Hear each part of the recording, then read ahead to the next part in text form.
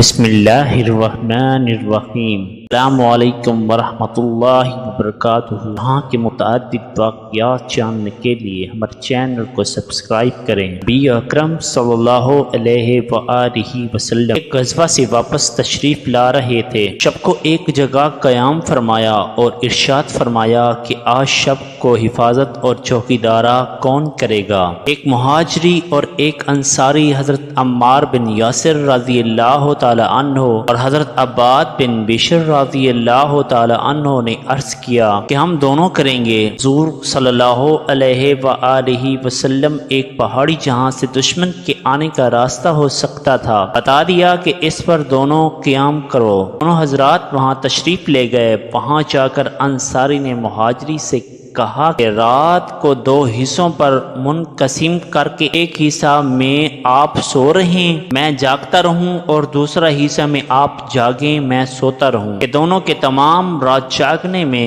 یہ بھی احتمال ہے کہ کسی وقت نیند کا غلبہ ہو جائے اور دونوں کی آنکھ لگ جائے۔ اگر کوئی خطرہ جاگنے والے کو محسوس ہو تو اپنے ساتھی کو جگا لے۔ رات کا پہلا آدھا حصہ انصاری کے جاگنے کا قرار پایا اور مہاجری سو گئے۔ انصاری نے نماز کی نیت باندھ لی۔ دشمن کی جانب سے ایک شخص آیا اور دور سے کھڑے ہوئے شخص کو دیکھ کر تیر مارا اور جب کوئی حرکت نہ ہوئی تو دوسرا اور پھر اسی طرح تیسرا تیر مارا اور ہر تیر ان کے بدن میں گھستا رہا۔ یہ ہاتھ سے ان کو بدن سے نکال کر پھینکتے رہے۔ اس کے بعد اطمینان سے رکوع کیا، سجدہ کیا، نماز پوری کر کے اپنے ساتھی کو جگایا۔ وہ تو ایک کی جگہ دو کو دیکھ کر بھاگ گیا کہ نامعلوم کتنے ہوں گے، مگر ساتھی نے جب اٹھ کر دیکھا تو انصاری کے بدن سے 3 جگہ سے خون ہی خون بہہ رہا تھا۔ مہاجری نے فرمایا سبحان اللہ، تم نے مجھے شروع ہی میں نہ جگایا۔ انصاری نے فرمایا میں نے ایک سورہ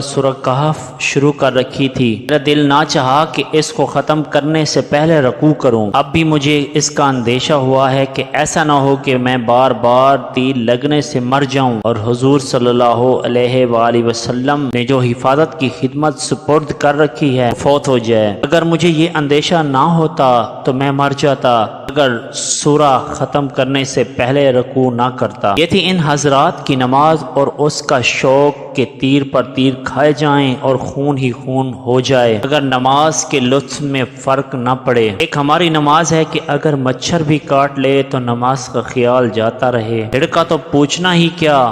یہاں ایک فقہی مسئلہ اختلافی ہے کہ خون نکلنے سے ہمارے امام یعنی امام اعظم رحمۃ اللہ علیہ کے نزدیک وضو ٹوٹ جاتا ہے، امام شافعی کے نزدیک نہیں ٹوٹتا۔